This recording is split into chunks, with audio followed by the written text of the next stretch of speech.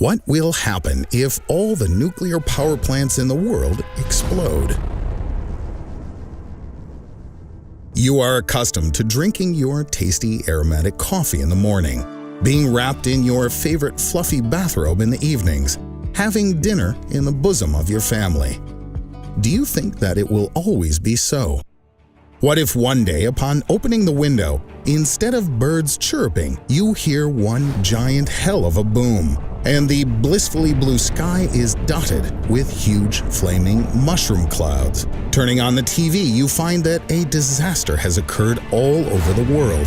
Our nuclear power stations have exploded, all of them, every single one. With horror, you begin to contemplate what will happen next. This situation is based in reality. There are about 430 stationary nuclear power plants and 200 floating reactors operating on our planet right now. The waterborne reactors are located on submarines, icebreakers, and floating power plants.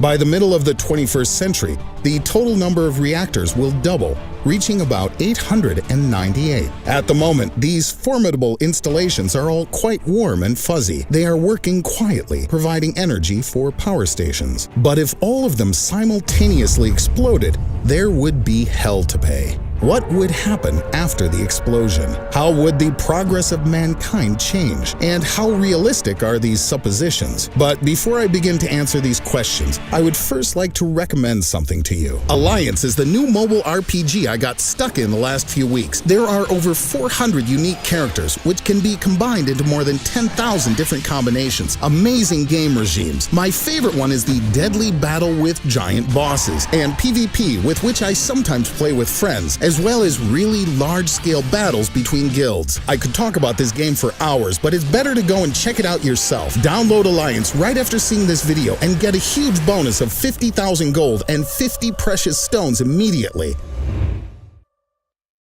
Nuclear power plants could explode for several reasons. For example, if a couple of international superpowers, who today get along like cats and dogs, exchange greetings in the form of nuclear bombs. Or perhaps explosions could be arranged by terrorists or members of bizarre sects who advocate hate towards almost every living thing. Alternatively, Mother Nature could rebel, inasmuch as we've been exploiting her so badly for such a long time. She could arrange for a global 20 points on the Richter scale earthquake, and the surface of the Earth would burst like a nutshell. It's obvious that no nuclear power plant could withstand such a powerful kick from nature. After this, our planet would turn into a real hell. No living creature will survive.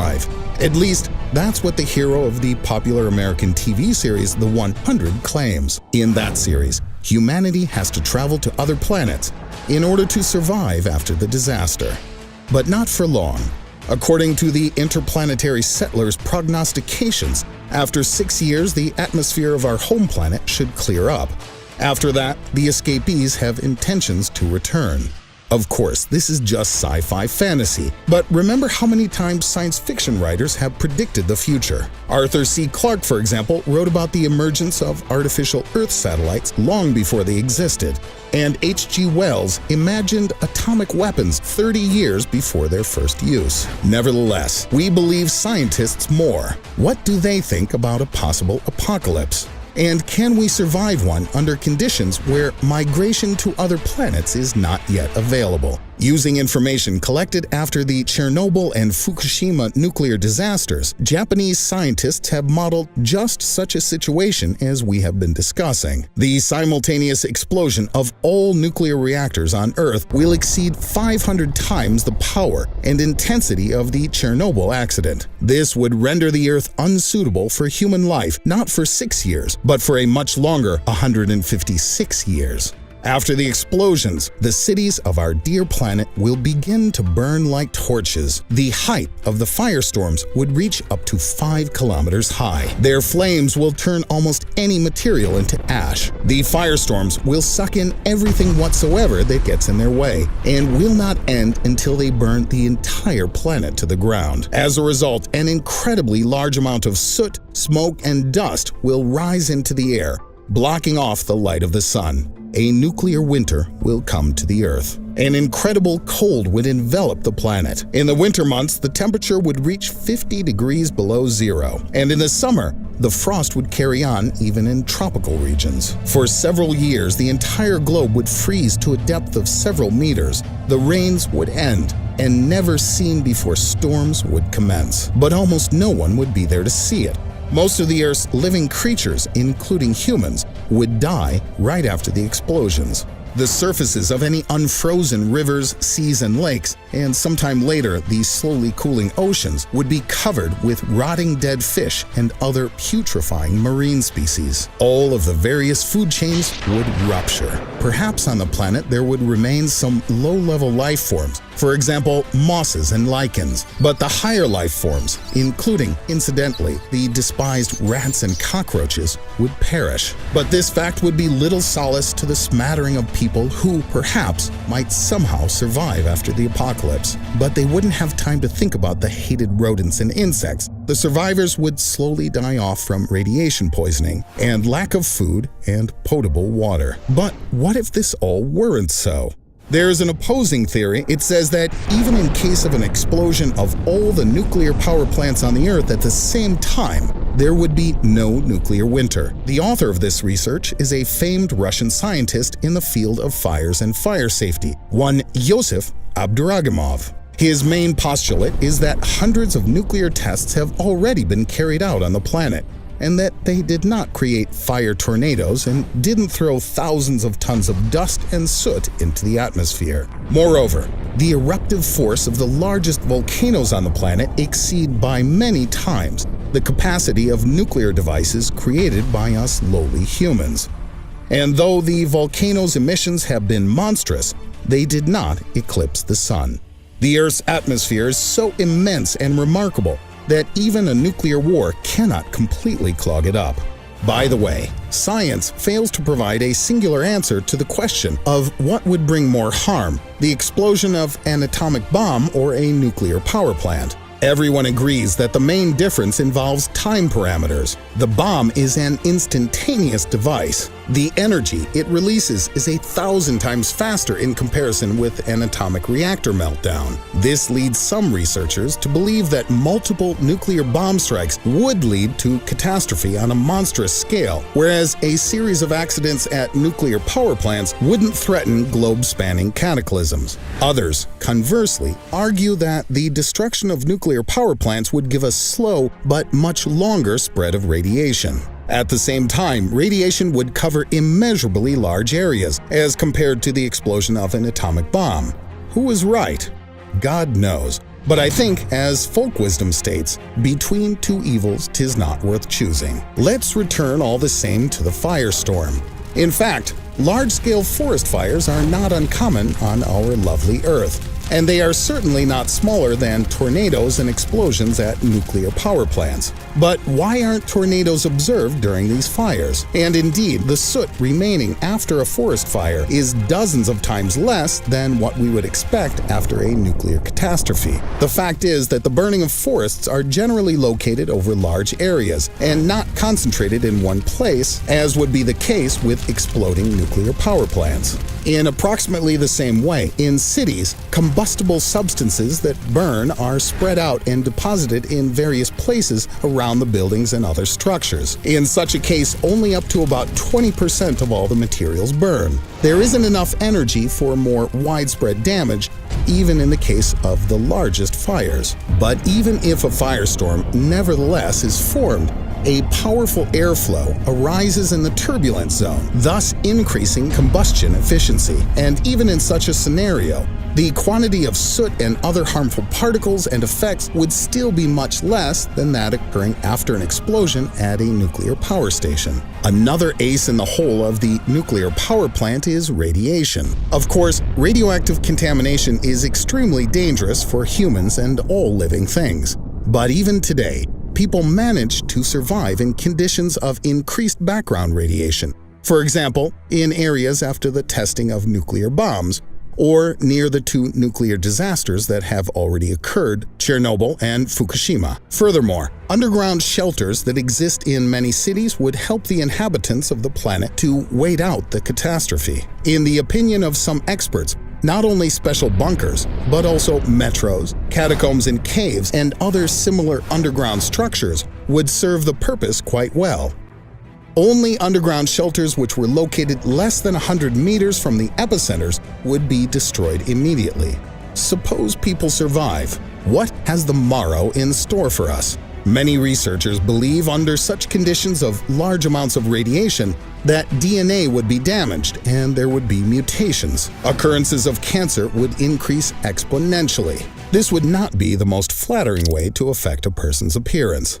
Ugly symptoms such as teary eyes and inflamed skin would debase yesterday's heretofore omnipotent Homo sapiens as they wander through the vast deserts which the stricken planet has been transformed into. They would gaze desperately at the ruined cities and lament the crops and plants that have disappeared from the face of the earth. The earth will not prepare food for them, and the grass, spreading up through the soil dirty with the wreckage of civilization, will barely be able to dull the gnawing pangs of hunger. It might even be that people under such conditions, driven by despair, would revert to cannibalism, eating from among their own species. But what if? What if this worldwide nuclear catastrophe would, for the planet, lead not to tragedy, but through a peculiar sort of purgatory that would then guide us to the flourishing of a new civilization? Ronald Chesser, a biologist and scientist from the University of Texas, believes precisely in such a future development. First, according to his theory, soon after the explosions, the planet would become clean and clear, like a teardrop. For several years, the various bodies of water that cover the Earth, which people have turned into a poisonous bouillon today, would be cleared of nitrates and phosphates. True, in groundwaters, many harmful substances would remain for much longer, but over the next 100 to 200 years, bacteria would neutralize them. Automobile exhaust and the output of industrial gases would dissipate more quickly. In 2 or 3 weeks, it would become much easier to breathe. And during this period, rainfall would wash away all the nitrogen oxides and sulfur from the atmosphere. Other ecosystems would also begin to revive and thrive at approximately the same pace. In warm and humid regions, faster. In cold regions, a little longer. The truth is that radionuclides, which would endure in this paradise, would affect the mutational process over the centuries, especially near the epicenters of the catastrophe. They will make their own corrections to the planet's surface and ecosystems. But the changes wouldn't be negative. The whole world will be covered with heavy growth. Trees, shrubs, and herbaceous plants would begin to produce bumper harvests. Chickens under the influence of radiation could grow as big as sheep, and the sheep as big as cows, and the cows might even become difficult to distinguish from dinosaurs. What would happen to Homo sapiens? It's difficult to say exactly because many scientists are considering only the variety of mutations under conditions of high radiation. Proceeding from this, any possibility could very likely be an incredible one. On the street, for example, a rose, a man, and a skunk may all cross paths, and each would think about how the other smells so terribly bad, as stink and fragrance are relative definitions. And if that didn't happen, what if the stories we've heard about all the different mutants, both beautiful and ugly, are just more Hollywood fantasies and horror stories, which the media simply regurgitate on demand in the pursuit of ratings and riches? Doctor of Physical and Mathematical Sciences Raphael Arutunian is sure that a nuclear catastrophe would not destroy the human genome. The entire global scientific community, in over 60 years of detailed scientific research, has never found any genetic consequences from radiation exposure. Moreover, the International Commission for Radiological Protection, 20 years after the Chernobyl accident, recognized that there is no reason to even talk about genetic risks, and reduced them by almost 90%. And maybe everything that we're talking about previously is just a game of imagination. Maybe it's not even worth it to worry about accidents like the one at the Chernobyl nuclear power plant. Besides, hundreds of experts from different countries around the world now assure us that such a catastrophe could not happen again on the Earth under any circumstances. Recently, the scientific community engaged seriously in the study of severe accidents, including those at nuclear power plants. It's become a priority to ensure the safe operation of nuclear power plants so that all nuclear reactors are now equipped with multiple protection systems. For example, hundreds of security parameters are continuously transferred to crisis centers from every block from all nuclear power plants. This, according to experts, guarantees absolute control over the situation. Reactors are also being securely protected and hardened from terrorist attacks, not only from the ground but also from the air. And this is provided by specially trained professionals, not by green newcomers. At their disposal are the most modern missile anti-aircraft installations, weapons, and the latest electronics. So nothing gets by these guys, right? But what if something did get past? If the role of the terrorist again comes from nature? Let's not forget that the accident at the Fukushima 1 reactor occurred as a result of an earthquake and tsunami. At any moment, such a situation could arise again, as, unfortunately, we cannot control the Earth's natural processes. If we miss the moment, the losses could be very high. According to some reports, there were roughly 2,000 victims of the disaster in Japan, and 4 million people were affected by the explosions from the Chernobyl reactor. Should we wait until they turn into universal alarm?